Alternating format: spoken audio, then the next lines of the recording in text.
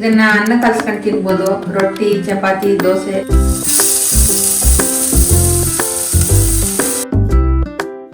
ತುಂಬಾ ರುಚಿಯಾಗಿ ಬಂದಿದೆ.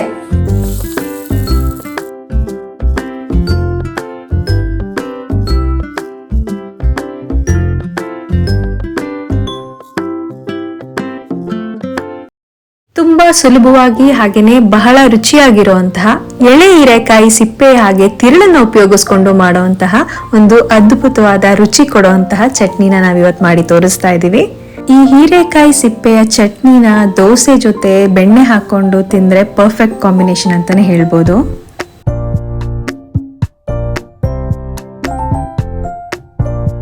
ಅದಲ್ಲದೆ ಬಿಸಿ ಬಿಸಿ ಅನ್ನಕ್ಕೆ ತುಪ್ಪ ಹಾಕೊಂಡು ಈ ಚಟ್ನಿನ ಕಲ್ಸ್ಕೊಂಡು ತಿನ್ನೋದಕ್ಕೂ ಕೂಡ ಬಹಳ ರುಚಿಯಾಗಿರುತ್ತೆ.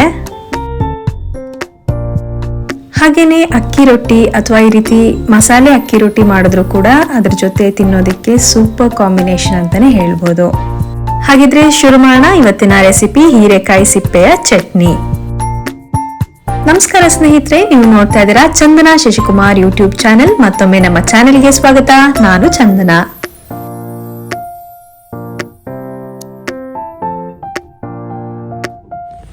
ಏನ್ ರೆಸಿಪಿ ಮಾಡ್ತಿದೀವಿ ಇವತ್ತು?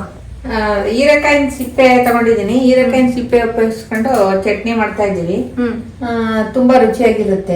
ಸೊ ಏನೇನ್ ತಗೊಂಡಿದ್ದೀರಾ ತೋರಿಸ್ತೀರಾ? ಹೀರೆಕಾಯಿ ಸಿಪ್ಪೆ, ಹೀರೆಕಾಯಿನ ಸ್ವಲ್ಪ ಒರ್ದಿಟ್ಕೊಳ್ಳೋದು, ಮೇಲ್ಗಡೆ ಒಂದ್ ಸ್ವಲ್ಪ ಒರ್ದು ತೆಗ್ದಾಕ್ಬಿಟ್ಟು ಬಲ್ಸಿರೋದು. ಎಳೆ ಹೀರೆಕಾಯಿನೇ ತಗೊಂಡ್ರೆ ಒಂದ್ ಹೀರೆಕಾಯಿ ತಗೊಂಡು ಅದ್ರ ಸಿಪ್ಪೆ, ಆಮೇಲೆ ಒಂದ್ ಸ್ವಲ್ಪ ತಿರುಳು ತಗೊಂಡಿದೀವಿ. ಎಳೆದಾಗಿದೆ ಅಂತ. ಎಳೆದಾಗಿದೆ ಅಂತ. ಆಮೇಲೆ ಕರ್ಬೇವು ಸೊಪ್ಪು, ಕೊತ್ತಂಬರಿ ಸೊಪ್ಪು, ಸ್ವಲ್ಪ ತೆಂಗಿನಕಾಯಿ, ಒಣಮೆಣಸಿನ್ಕಾಯಿ, ಬೆಳ್ಳುಳ್ಳಿ, ಹುಣಸೆಹಣ್ಣು, ಸ್ವಲ್ಪ ಕಡಲೆಬೇಳೆ, ಉದ್ದಿನಬೇಳೆ, ಉಪ್ಪು ಲಾಸ್ಟಲ್ಲಿ ಉಪ್ಪು. ಓಕೆ ಓಕೆ, ಇವಾಗ ಶುರು ಮಾಡೋಣ ಅತ್ತೆ. ಈಗ ಒಂದು ಬಾಂಡ್ಲಿ ಇಟ್ಕೊಂಡು ಅದಕ್ಕೆ ಸ್ವಲ್ಪ ಎಣ್ಣೆ ಹಾಕೊಂಡಿದ್ದೀರಾ ಅಲ್ವಾ? ಫಸ್ಟ್ ಏನು ಹುರ್ಕೋತೀರಾ? ಅದೇ ಸಿಪ್ಪೆನ ಒಂದು ಸ್ವಲ್ಪ ಹುರ್ಕೊಂಡ್ಬಿಡೋಣ.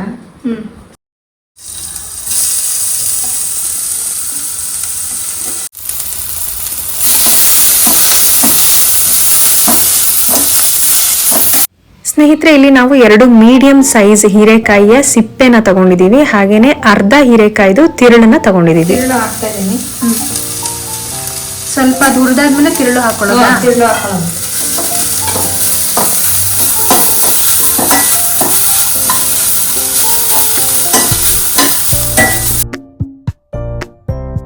ತಿರುಳು ಹಾಗೆ ಸಿಪ್ಪೆ ಎರಡನ್ನೂ ಹಸಿ ವಾಸನೆ ಹೋಗೋವರೆಗೆ ಚೆನ್ನಾಗಿ ಬಾಡಿಸ್ಕೋಬೇಕಾಗತ್ತೆ.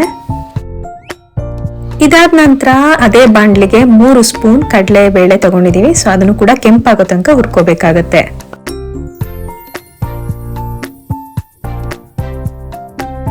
ಕಡಲೆಬೇಳೆ ಮುಕ್ಕಾಲ್ ಭಾಗ ಹುರಿತಾ ಇದ್ದ ಹಾಗೆ 1.5 ಸ್ಪೂನ್ ಉದ್ದಿನ ಬೇಳೆ ಕೂಡ ಅದಕ್ಕೆ ಹಾಕಿ ಪರಿಮಳ ಬರೋವರೆಗೆ ಕೆಂಪಾಗಿ ಹುರ್ಕೋಬೇಕಾಗತ್ತೆ. ಒಂದು ಪ್ಲೇಟ್ಗೆ ಹುರಿದ ಕಡಲೆಬೇಳೆ, ಉದ್ದಿನ ಬೇಳೆ ಎರಡನ್ನೂ ಹಾಕಿ ಆರೋದಕ್ಕೆ ಬಿಡಬೇಕಾಗುತ್ತೆ. ಮೆಣಸಿನಕಾಯಿ ಹುರ್ಕೊತಾ ಇದೀನಿ. ಇಲ್ಲಿ ನಾವು 7 ರಿಂದ 8 ಗುಂಟೂರು ಮೆಣಸಿನಕಾಯಿ ಹಾಗೆ 2 ಬ್ಯಾಡಗಿ ಮೆಣಸಿನಕಾಯಿಗಳನ್ನ ತಗೊಂಡಿದೀವಿ. ಎರಡನ್ನೂ ಕೆಂಪಗೆ ಗರಿಗರಿಯಾಗಿ ಹುರ್ಕೊಂಡು ಒಂದು ತಟ್ಟೆಗೆ ಹಾಕಿ ಆರೋದಕ್ಕೆ ಬಿಡಬೇಕಾಗತ್ತೆ. ಇವಾಗ ಕಡಲೆಬೇಳೆ, ಉದ್ದಿನ ಬೇಳೆ, ಮೆಣಸಿನಕಾಯಿ ಸ್ವಲ್ಪ ಪುಡಿ ಮಾಡ್ಕೊಂಡ್ಬಿಡೋಣ. ಮಿಕ್ಸಿಗೆ ಹಾಕಿ ಫಸ್ಟ್ ಅದನ್ನ ಮಾತ್ರ ಮಾಡ್ಕೊಳ್ಳೋದು.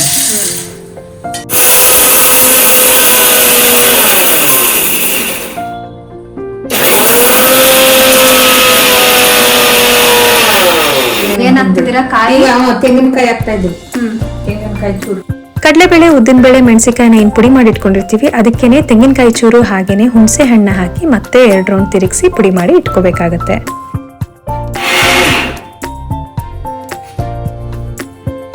ಇದಿಷ್ಟು ಪುಡಿ ಮಾಡಾದ್ಮೇಲೆ ಸಿಪ್ಪೆ ಸುಲಿದಿರೋಂತ ಬೆಳ್ಳುಳ್ಳಿ ಹಾಕೋತಾ ಇದೀವಿ. ಸಿಪ್ಪೆ ಸಮೇತ ಬೇಕಾದ್ರೂ ಹಾಕೋಬಹುದು, ಬೆಳ್ಳುಳ್ಳಿ ಆಪ್ಷನಲ್, ಇಷ್ಟ ಇರೋರು ಹಾಕೋಬಹುದು. ಜೊತೆಗೆ ಹೀರೆಕಾಯಿ ಸಿಪ್ಪೆ ಹಾಗೆ ತಿರುಳು ಜೊತೆಗೆ ಉಪ್ಪನ್ನ ಹಾಕಿ 1 ರೌಂಡ್ ಮತ್ತೆ ಮಿಕ್ಸಿ ಮಾಡಿ ಇಟ್ಕೋಬೇಕಾಗತ್ತೆ. ಉಪ್ಪು ಹಾಕೋತಾ ಇದ್ದೀರಾ? ಉಪ್ಪು ಹಾಕೋತಾ ಇದ್ದೀನಿ.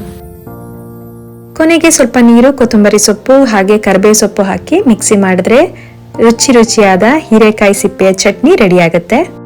ಕೊನೆಯಲ್ಲಿ ಒಗ್ಗರಣೆಗೆ ಸ್ವಲ್ಪ ಎಣ್ಣೆ ಹಾಗೆ ಸಾಸಿವೆ ಸಿಡಿದ ನಂತರ ಅದನ್ನ ರುಬ್ಬಿರುವಂತಹ ಚಟ್ನಿಗೆ ಹಾಕಿದ್ರೆ ರುಚಿಯಾದ ಹೀರೆಕಾಯಿ ಸಿಪ್ಪೆಯಿಂದ ಮಾಡಿರುವಂತಹ ಚಟ್ನಿ ಸವಿಯೋದಕ್ಕೆ ರೆಡಿ ಆಗುತ್ತೆ. ಹೀರೆಕಾಯಿ ಸಿಪ್ಪೆ ಉಪಯೋಗಿಸಿ ಮಾಡಿರೋ ಚಟ್ನಿ ರೆಡಿಯಾಗಿದೆ. ತುಂಬಾ ರುಚಿಯಾಗಿ ಬಂದಿದೆ. ನೀವು ಒಂದ್ಸರಿ ಮಾಡಿ ನೋಡಿ.